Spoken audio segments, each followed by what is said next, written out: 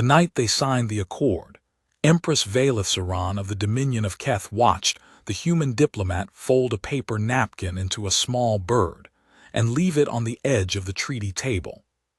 She did not understand why. Her advisors did not understand why either. But none of them forgot it. The Keth Dominion had ruled 17 star systems for 400 years. They were not conquerors in the brutal sense. They were administrators, architects of stability, believers in the doctrine of *Velkoth*, which translated roughly as the peace that costs. Every alliance had a price. Every treaty had a weight. The price of this particular alliance with the fractious, baffling, biologically fragile species called humanity was this: one human of acceptable diplomatic standing would be bound to the Empress's household in a formal marriage of obligation. It was not romantic, it was not meant to be. It was a leash elegantly worded, a hostage dressed in ceremony. The human the Terran Diplomatic Council sent was named Marcus Vale. Valith found this amusing, that his surname was nearly her own. She said so at their first formal meeting, seated across a table in the orbital station above Keth Prime, surrounded by her full council, her honor guard, and 3 different legal translators. Coincidence, Marcus Vale said, looking directly at her in the way humans always did, as if eye contact were a weapon they decided to leave in their holster for now. Or fate. Depends on whether you believe in that sort of thing. I do not, Valith said. I'm on the fence, he said. She had expected a soldier.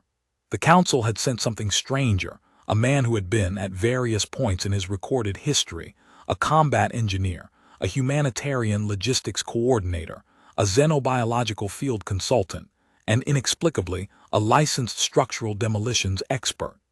He was 37 years old in human terms, which her physicians told her placed him in what humans considered middle-early adulthood. He was not tall by human standards. He was not particularly striking. He had brown eyes that reflected light the way still water did, and he moved through spaces as though he had already calculated every exit. He did not seem afraid of her. That, more than anything, was what Valith noticed first. She had ended diplomatic meetings early because the representatives had begun visibly shaking. She had dismissed 3 ambassadors in her career for what her staff politely called composure failure. The Keth Empress was, by biological necessity, 8 feet tall, covered in iridescent chitin that shifted color with emotion, and possessed of 4 arms, the upper pair ceremonial and elegant, the lower pair functionally powerful. She was, by most species assessments, profoundly intimidating. Marcus Vale looked at her the way a man might look at a building he was deciding whether he needed to demolish. Calculating, not hostile, not afraid, just measuring. The marriage ceremony is in 3 days, her chief advisor Sarathville told him. I know, Marcus said. I read the accord, all 217 pages of it. He paused. There's a clause on page 189 that I think has a grammatical error. It changes the meaning in a way that I suspect nobody intended. Might want to have your legal team look at it. There was a long silence. The legal team spent 4 hours reviewing page 189. He was right. The marriage ceremony was, by Keth tradition, a public affair lasting 6 hours. It involved formal oaths in 3 languages, the exchange of clan seals, and a ritual meal shared from a single dish, a symbolic merging of sustenance, of survival. Valith had undergone it twice before, both times to Keth nobles, both times for political consolidation. Both marriages had been dissolved within a decade. The Keth had no stigma around dissolution. Obligation, once fulfilled, could be released. Marcus stood through the full 6 hours without complaint. He ate the ritual meal without hesitation, even though she saw him glance at his medical advisor beforehand, a quick nod confirming compatibility, and even though the dish was prepared in a Keth style that most non-Keth species described as challenging. He ate it. He said it tasted like aggressive mushrooms. The Keth court found this remark baffling. Valith, alone in her private chambers afterward, reviewed the translation 3 times and then did something she had not done at a diplomatic function in 11 years. She laughed. Not publicly, not where anyone could see.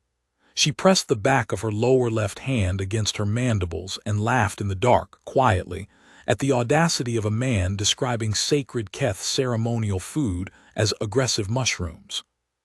She filed the memory away. It seemed important, though she couldn't yet say why. The marriage of obligation came with specific terms. Marcus Vale would reside in the imperial household. He would attend formal functions as required. He would not be asked to provide intelligence on the Terran Confederation. He would not be held responsible for human diplomatic failures. He would be given quarters, staff, access to communication arrays, and in a clause he had apparently negotiated personally before the ceremony, a workshop. Valith reviewed the workshop request 3 times. What does he intend to build? She asked Sarathval. He did not specify, Sarathval said. He said, and I quote, things. Approve it, she said. The workshop was installed in the East Residential Wing. Within 6 days, it was producing sounds that her staff found concerning: rhythmic impacts, grinding, the occasional sharp crack of something under stress giving way. Valith sent a staff member to investigate. The staff member returned looking thoughtful.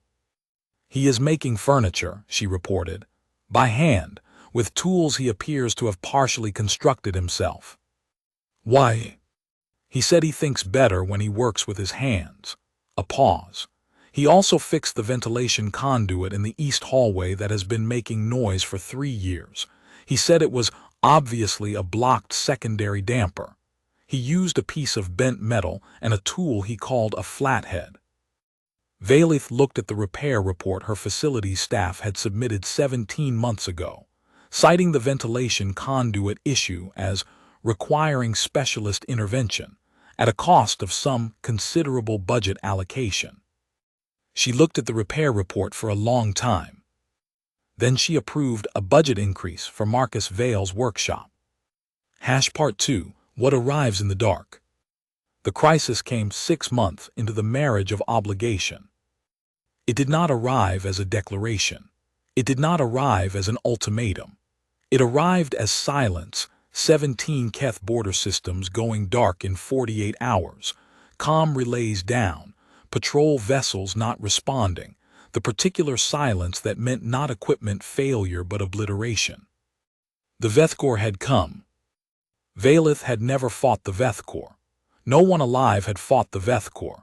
They had not been seen in Keth space in 200 years, not since the first burning, when they had taken 9 systems, and held them for 60 years before the Keth had managed to push them back through a campaign of attrition that had nearly broken the Dominion.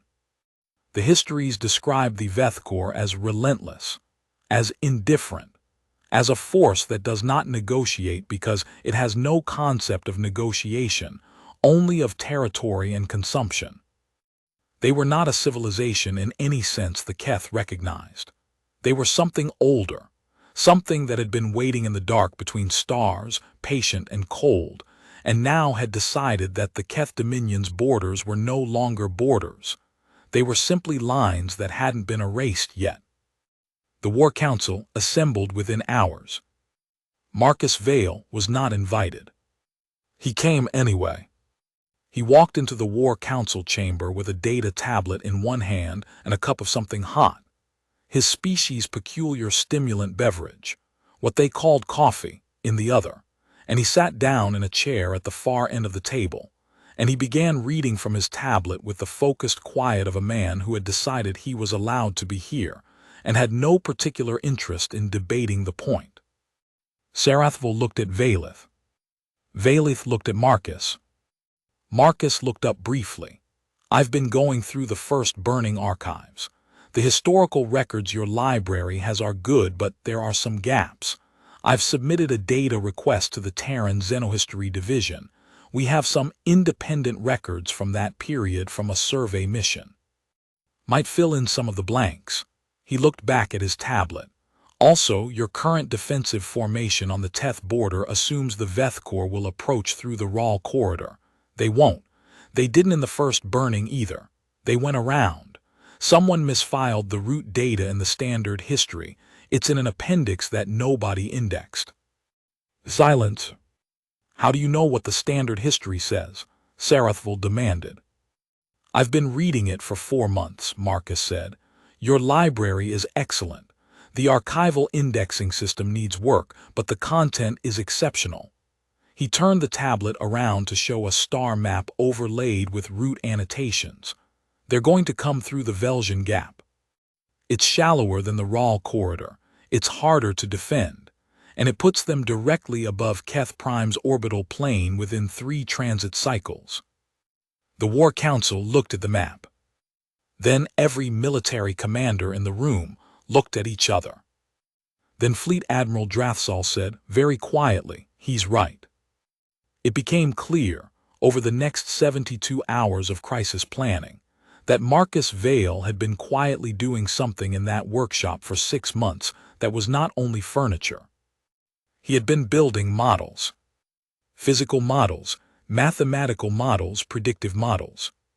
He had, with the particular obsessive focus that his species apparently brought to problems they found interesting, reverse-engineered the Veth Corps tactical doctrine from 200 years of archival data, a xenobiological profile that the Keth had never quite correctly translated, and what he described as a few structural intuitions about how something that doesn't think the way we think would move through space if it was hungry. Hungry, Valeth repeated. She had called him to her private briefing room, just him, her, Sarathville, and Drathsal. The crisis had moved past the point of formality. They don't have a military doctrine, Marcus said. Not the way you'd recognize one. They have an asterisk appetite. They move toward what they want to consume in the most efficient path that minimizes their own loss, not because they value their individual units, but because waste is alien to them. They're almost perfectly efficient predators. He paused. Which means they're also almost perfectly predictable if you understand what they're optimizing for.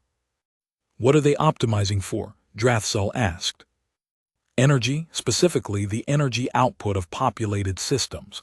They're not interested in war. They're interested in harvest. The 17 border systems they took, they didn't destroy the infrastructure. They stripped it. Power generation, atmospheric processors, the heat output of population centers. He let that sit. They eat civilization, Admiral.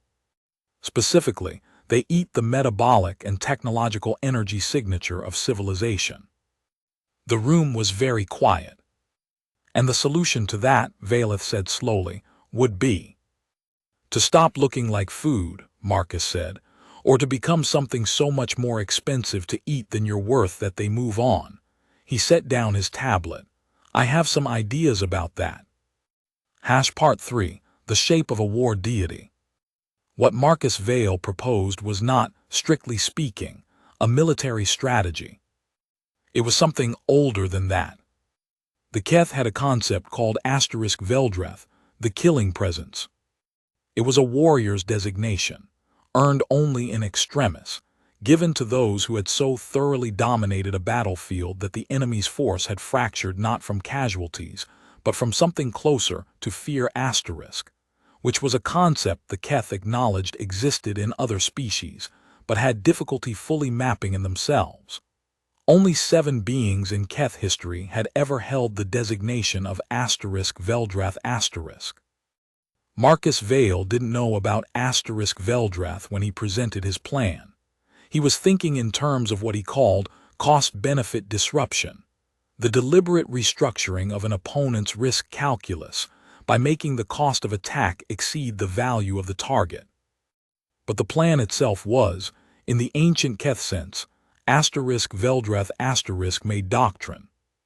The Veth Corps don't understand deception, he said, spreading his physical models across the briefing table, small physical constructions in wire and resin that map the star systems in 3 dimensions, a habit his species seemed to have of making abstract things tactile. They don't have a concept of it because they evolved as apex predators in an environment where deception wasn't useful to an apex predator. They read energy signatures and they moved toward them. So we give them energy signatures. He picked up one of his wire models, a small, dense sphere. False cities.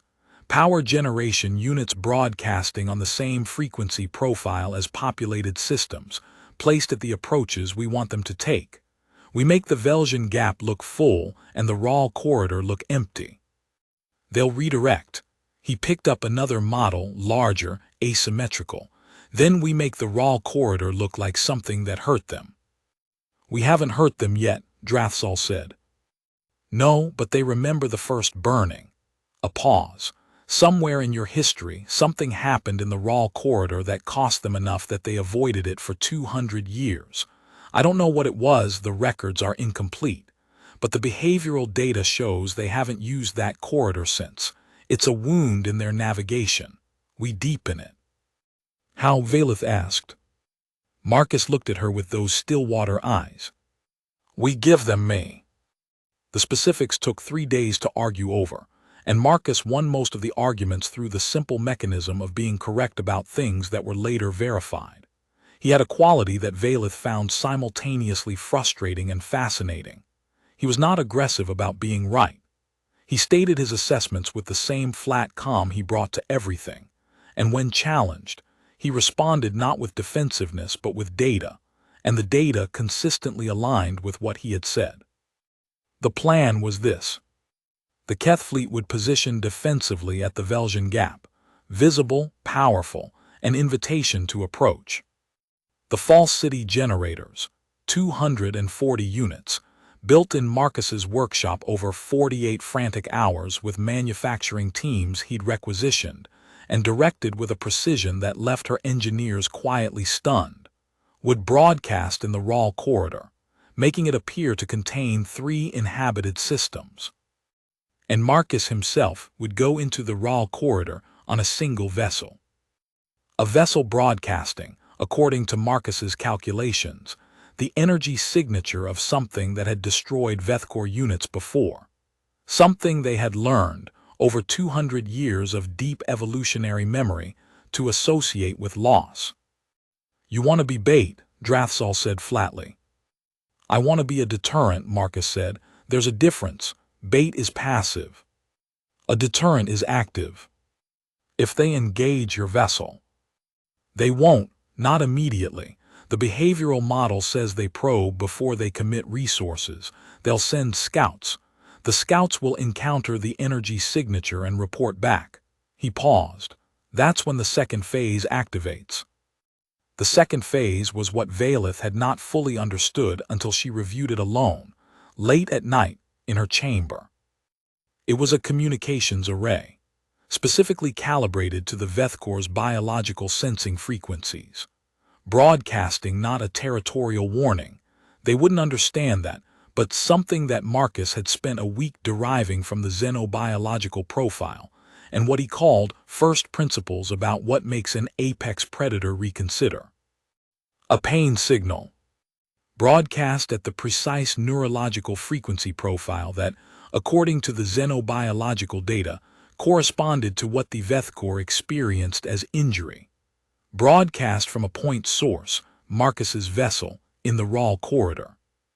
So that when their scouts found him, they would sense, in the only language their neurology understood, a thing that had hurt them before. A thing that remembered what hurt felt like to give. A thing that had no energy signature of civilization, no food value, but that radiated, in their biological terms, the memory of being wounded by something here. Something they could not eat, something that could hurt them. You're going to make them think you're a predator, Valeth said, standing alone in her briefing room with his documentation spread before her. She read it again. You're going to make them think you are something that eats things like them. She went to his workshop at third hour, which was the deep middle of the station's night cycle. She did not send a staff member. She went herself. He was awake. Of course he was. He was seated at a workbench surrounded by components she couldn't fully identify. With 2 data screens running and a cup of cold coffee he appeared to have forgotten existed. He stood when she entered, his species gesture of formal acknowledgement, though in the private hour it felt less formal than habitual. "Empress." "Sit down, Marcus." He sat. She looked around the workshop, at the wire models, at the components, at the drawings pinned to the wall, not digital files, physical drawings, made by hand in the way his species apparently thought best when the problem was very large. "Were you always this way?" she asked.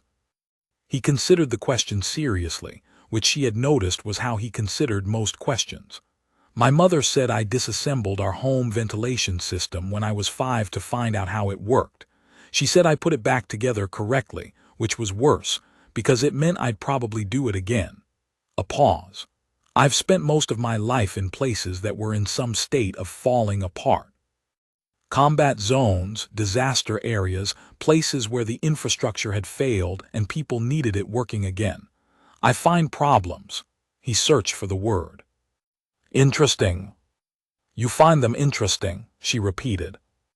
"More interesting than not having them." Valith looked at him for a long moment, this human, this man who had come to her court as a diplomatic hostage and spent 6 months reading her archives and fixing her ventilation systems and building models in a workshop in the East Wing, who had walked into her war council uninvited with a data tablet and a cup of coffee, and had been, quietly and without drama, the most useful person in the room. "If the Vethkor scouts engage your vessel before the signal array fully deploys," she said, "that's a risk. You could die." "Yes." "The Accord does not require you to die for the Keth Dominion, Marcus. You are here as a marriage of obligation, a political instrument. No one requires this of you." He looked up at her with those still-water eyes. "I know." "Then why?" He was quiet for a moment, then, "Because the problem is interesting, because I think the solution works, because 17 systems of people are already gone and I don't particularly want to watch 17 more go the same way." He picked up a piece of wire from the workbench and turned it in his hands, "And because someone should." Valith did not know how to respond to that. She stood in his workshop for a while longer, looking at the drawings on the wall, and then she said, "When I was young, before I became Empress, I commanded a border garrison, a very small one. We encountered a pirate collective that was raiding supply lines, and my senior officers proposed a defensive response. Strengthen the positions they'd hit, wait for the next strike and repel it." "And you didn't do that," Marcus said. "No, I went to where they were going to strike next, not where they had struck, and I was there when they arrived. They hadn't expected opposition. The look of it, the unexpected presence of a force in a place they believed safe." She paused. "They retreated without engaging. They never raided that sector again." He looked at her. "You made them think the safe territory was dangerous." "I made them think the safe territory had teeth," she said. He held up the wire model he'd been holding. "That's what this is." "I know," she said. "I understood your plan, Marcus. I read it 4 times. She turned toward the door. "I came to tell you that your materials requisition for the final array components has been approved. You'll have everything you need by first hour." She paused at the door. "And that I find the plan sound," she said. "You should sleep." "I will," he said, which they both knew was not true. She walked back to her chambers through the quiet corridors and did not quite examine what she was feeling, because it was something she had not felt in a very long time, and she wasn't certain she remembered how to name it. Part 4, the Raal Corridor. The Vethkor came exactly where Marcus had predicted.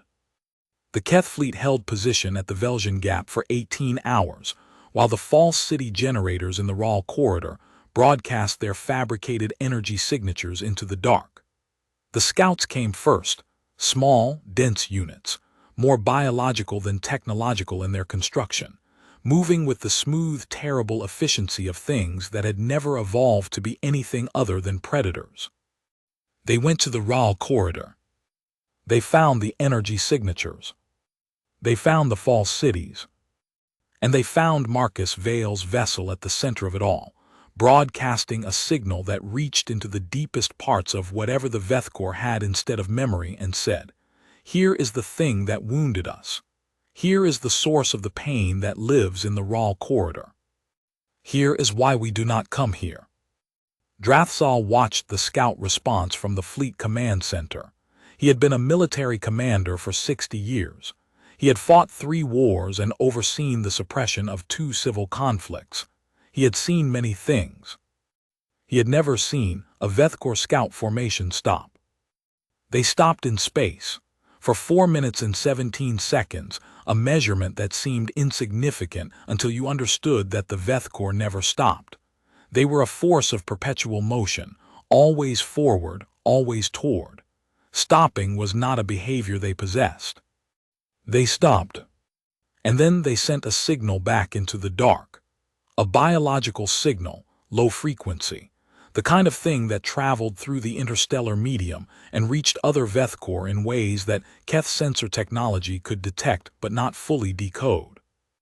Marcus's communications team, his team, borrowed from the fleet and run according to his specifications, decoded enough of it. The signal was in the closest translation available. There is something in the raw corridor, not prey, not obstacle, something else, something that remembers. The Vethkor concept embedded in the signal did not translate cleanly into Keth. The xenobiological team spent 2 hours arguing about it. The closest approximation they arrived at was a wounded maker, a source of hurt, a thing that has previously extracted cost from us. In the Keth military tradition, there was a word for this. Veldreth, the killing presence, the thing you do not approach. The main Vethkor force arrived 6 hours later. Vast, vaster than the historical records had suggested, because the Dominion had been understating the first burning numbers for 200 years, a political decision made by leaders who didn't want their population to understand quite how close it had come. The true numbers were something that Marcus's data request to the Terran Xenohistory Division had filled in. Because the Terran survey mission had been honest in its records, in a way, the Keth political apparatus had not. They were, by any rational assessment, an overwhelming force. They stopped at the edge of the raw corridor. They read the energy signatures of the false cities, food, familiar, something to move toward. And they read the signal their scouts had sent. Something that remembers. The Vethkor main force held for 11 hours. Valith stood on the bridge of her personal vessel. She had moved to the fleet, over Sarathvil's objections, because she was the Empress and it was her war, and she was not going to watch it through relay screens. And she watched the force hold. 11 hours of an enemy that did not understand patience, that moved always forward, that had never in recorded history demonstrated anything resembling hesitation. Holding. Because one human in a single vessel in the raw corridor was broadcasting something that their deepest neurological architecture recognized as, "Do not go here. This place has cost us before. This place has something in it that gave us pain." "He's doing it," Drathsal said very quietly, not triumphantly, quietly, the way you said a thing you had not entirely believed would be possible. On Valith's command screen, Marcus's vessel telemetry read steady. She watched it. She had not, she realized, looked away from it in 11 hours. The Vethkor made their decision in the 12th hour. They moved, but not into the raw corridor. They curved a vast, slow curve, the movement of something enormous redirecting itself, and went around, away from the corridor, away from the signal, away from the thing that remembered hurting them. They moved toward the Velsian Gap, toward the Keth fleet. Drathsal had been waiting for this. The fleet engaged. What followed was a battle that Valith would not describe in detail for another year, when the war records were formally compiled, because some of it was still too loud in her head to put into language. But the shape of it was this. The Veth Corps, rerouted from their preferred approach, compressed into the Velsian Gap without their accustomed flanking freedom, met a Keth fleet that had been positioned by someone who understood precisely where they would come and precisely how they would move, and had arranged the fleet accordingly. It was not a massacre, it was a decision. A calculation the Veth Corps made in the moment of contact. This approach costs too much. This is not efficient prey. This is something that fights back at a level that exceeds the energy value of consuming it. They withdrew. Not rooted, the Veth Corps did not experience rout the way other species did. But they turned, with the terrible cold efficiency of a predator deciding this hunt was not worth the cost, and they went back into the dark between stars. And Marcus Vale's vessel came out of the Rawl corridor and docked with the fleet command ship, and Marcus himself, slightly dehydrated, running on approximately 90 minutes of sleep across 3 days, and still somehow holding a cup of coffee, came up the gangway and was met by Sarathful, who said formally, "The Empress requests your immediate presence." "How immediate?" Marcus asked. "She is standing at the end of this gangway," Sarathful said. She was. Part 5. What the marriage became. Valith had thought, in the moments before Marcus's vessel cleared the corridor, about what she would say. She had composed several versions, formal ones, measured ones appropriate to an empress receiving an obligation spouse who had performed an extraordinary service. She said none of them. She said, "You look terrible." Marcus Vale looked at her with those still-water eyes and said, "I feel terrible. The coffee ran out 6 hours ago." And Valith, Empress of the Keth Dominion, ruler of 17 star systems, 15 now, minus the 2 the Veth Corps had taken, though recovery expeditions were already being planned, stood at the end of a docking gangway in the Velsian Gap, with the wreckage of a battle still showing on the long-range sensors, and laughed. Not quietly, not in the dark where no one could see. Out loud, fully, in the way she had not laughed in the presence of another person in longer than she could immediately calculate. Her staff and the honor guard experienced what was later described in personal communications as a collective moment of adjusting understanding. Marcus Vale smiled, slowly, as if it was something he did carefully, having learned that it mattered when he did it. "I'm glad that landed," he said. "Come inside," she said. "There will be coffee, there will be food, there will be a medical team whether you want one or not." "I don't want one." "The medical team is not optional." He came inside. The War Council met 2 days later, after everyone had slept and the immediate crisis had settled into the longer work of recovery and diplomatic reorganization. The Terran Confederation had sent 3 messages during the battle, all of which Valith had read with the specific quality of attention she gave to things she would need to respond to carefully. The 3rd message said, simply, "We understand that Marcus Vale performed extraordinary service in the defense of Keth space. We want you to know that the Terran Confederation did not send him to do this. He was sent as a diplomatic obligation. Whatever he did as himself." She had read that message 5 times. She thought she understood what it meant. The Confederation was protecting itself, making sure she knew they hadn't engineered this, hadn't sent him as a military asset in diplomatic clothing. A legal and political clarification. But the way it was worded. Whatever he did as himself. She filed that too, in the category of things that seemed important and that she was not quite done thinking about. Marcus was given a formal commendation by the War Council. Drathsal presented it himself, which was the highest honor the fleet could offer. The admiral never presented commendations personally. The ceremony was attended by the full council, the senior fleet officers, and most of the imperial household. Marcus received the commendation with the same flat calm with which he received most things. He said, "Thank you." And after a pause in which everyone seemed to be waiting for more, he said, "The ventilation system in the Eastern Fleet Barracks has the same block damper issue as the one in the East Residential Wing. If someone wants the specifications, I can write them up." Drathsal blinked. "He's not joking," Valith said. "I know," Drathsal said. "That's what I'm adjusting to." The asterisk Veldrath designation was a long council discussion. The historians were consulted. The military traditionalists argued that the designation required direct combat engagement. Marcus had not fought the Vethkor in any traditional sense. He had made them stop.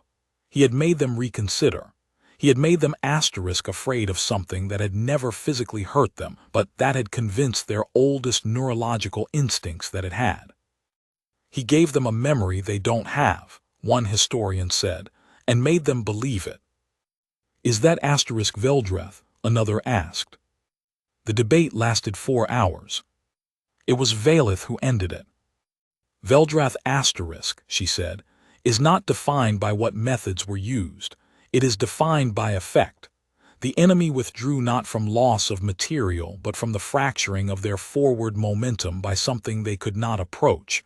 That is the definition. The method is irrelevant." She paused. "He is asterisk Veldrath asterisk," she said. "Record it." The historians recorded it.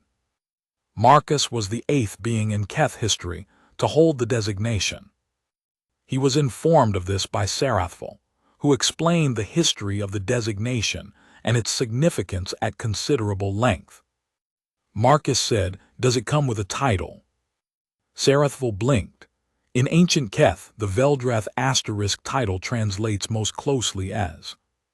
She paused. "War deity," she said. Marcus was quiet for a moment.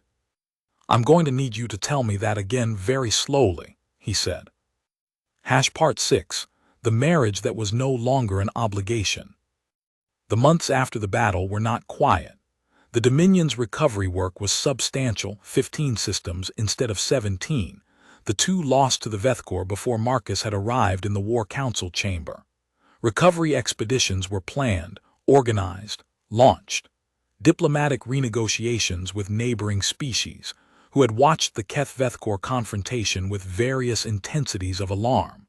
The long work of stabilizing everything that had been destabilized.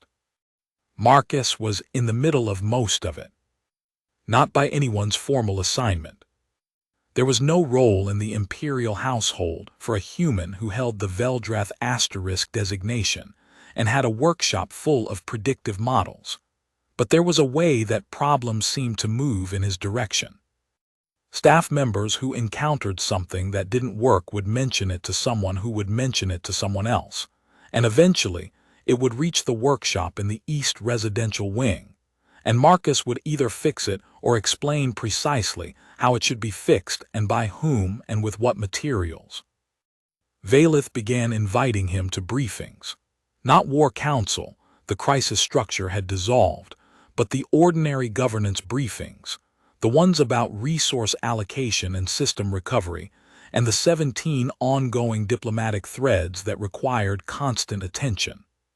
She told herself it was because his perspective was useful, which was true. She did not, for several months, tell herself the other true thing. It was Sarathval who made her say it. Sarathval had been her chief advisor for 22 years. She was meticulous, perceptive, and had survived in her position by being willing to say things that needed saying to someone who was sometimes difficult to say things to. "You watch him," Sarathval said, in a private meeting that had been scheduled to discuss the 3rd recovery expedition. "I beg your pardon," Valith said. "When he is in a room," Sarathval said, "you watch him, not the way you watch a subordinate or an asset or an obligation spouse. The way you watch something you are trying to understand before it changes." Valith considered several responses. "This is not relevant to the 3rd recovery expedition," she said finally. "No," Sarathville agreed. But it is relevant to what you do with the accord when the initial term expires in 14 months. The initial term was 5 years. They were 10 months in. The accord dissolves if both parties choose not to renew, Valith said. Standard obligation marriage terms. Yes, Sarathville said. And the question the council will eventually ask is whether you intend to renew and on what terms and whether those terms remain political or have become. She paused. Other. Other, Valith repeated. Other, Sarathville confirmed. Empress, I have served you for 22 years. You are not a woman who is easy to know. You are not a woman who watches things she does not find significant. She stood to leave. I mention it only so that you have time to decide what you think before the question is asked publicly. She left. Valith sat in the briefing room for a while. Then she went to the East residential wing. Marcus was in the workshop. He was building something she didn't immediately recognize, a physical model, larger than most, spanning most of the central workbench. It had a familiar structure, she realized after a moment. It was the raw corridor. Rendered in wire and resin and light, the way he rendered everything he was trying to understand. Why are you modeling it again? She asked. Because I want to understand why it worked, he said, not looking up. Not in terms of the plan, I understand the plan in terms of them, the Vethkor, what exactly they felt when they read the signal, what category they put it in. Does it matter now? It will matter the next time. She looked at him. You think there will be a next time, she said. I think there's always a next time, he said. I've spent most of my life in places where people thought something was over and it wasn't. Better to understand now than to be surprised later. She came further into the workshop, which she had been doing more often recently, she realized. Coming here. In the evenings, in the quiet hours, in the spaces between the official day and the sleep that was hard to find. Sarathville tells me I watch you, she said. He looked up then. In rooms, she said, apparently. He was quiet for a moment. I watch you too, he said, in rooms. I know, she said. He looked at the model on the workbench. The accord renewal is in 14 months. Yes. I wasn't going to bring it up, he said. I know that too. I would renew it, he said. If you wanted to, under whatever terms. A pause. And if you didn't want to, I would go back to the Confederation and I would not cause any diplomatic difficulty. I want to be clear about that. You would not cause difficulty, she said. No. Because of what the accord requires. No, he said. Because you've given me something worth not complicating. Valith looked at the model of the raw corridor. At the wire and resin representation of the place where one human had sat in a single vessel, and convinced an apex predator civilization that the dark was full of something that could hurt them. The Keth do not have a concept called love, she said. Not precisely. We have *Velarath, the weight you choose to carry. The thing you take on because you have decided it is worth the cost. That sounds like a word I want to know, Marcus said. It is also in the old dialect a verb, she said. To *Velarath someone is to decide they are worth the cost. He was very still. I'm telling you this, she said, because I think you should know what the word means before I use it. She let that land the way he let his data land, precisely, and without embellishment. Tell me the word again, he said. Velarath, she said. He said it back slowly, the way he had said aggressive mushrooms at the ceremonial meal, with the care of someone tasting something new and finding it, against expectations, exactly right. I'm going to need you to teach me the rest of the language, he said. There are 11,000 years of it, she said. I have time, he said, if you do. She looked at him for a long moment. This human, this strange and careful and unexpectedly remarkable human who had arrived as an obligation and become something no accord had language for. Yes, she said. In Keth, she thought, the oldest form of asterisk Velarath was not spoken. It was demonstrated, in the decision to carry something willingly, in the decision to come back to a room not because you were required to, but because you had chosen to, again and again, until the choice became the most obvious thing in the world. She had been coming to this workshop for months. He had been leaving the light on. They were, she thought, already fluent in at least that part of the language. Epilogue, what the records say. The Keth Dominion's formal war records note, without elaboration, that the Second Vethkor incursion was resolved through a combination of fleet positioning, strategic misdirection, and what is described as a novel application of xenobiological signal theory. The Veldrath Register, maintained by the imperial historian since the founding of the Dominion, adds a single new entry, the 8th in 400 years. Marcus Vale, human of the Terran Confederation. Designation conferred, the Raw Corridor action. Method, indirect. Effect, complete. The notation beside his entry, added by Empress Valeth herself, reads, "He made them afraid of the dark. And then he fixed our ventilation system." The historians argued for 3 weeks about whether to include the second sentence. Valeth overruled them. It is, she said, the most accurate description available. The marriage of obligation was renewed at the end of its first term, in a ceremony that was notably different from the first. Shorter, quieter, attended only by those the Empress personally invited, conducted in both Keth and the human English that had become, over the preceding months, the private language of two people who had found, in the space between obligation and choice, something neither treaty nor accord had words for. The paper bird from the first treaty table, the one Marcus had folded from a napkin and left on the edge of the table on the night the accord was signed, sat in a case in the Empress's private chamber. She had kept it. She had not said why, when Sarathville noticed it 6 months in. She had not needed to. Word count, ~9, 400 words reading time at 150 WPM, approximately 63 minutes. Film seed, target Earth 1954, emotional DNA extracted, siege mentality, small group holding against overwhelming mechanical force, the unexpected turning point, grit in the face of existential obliteration. Story original in all respects.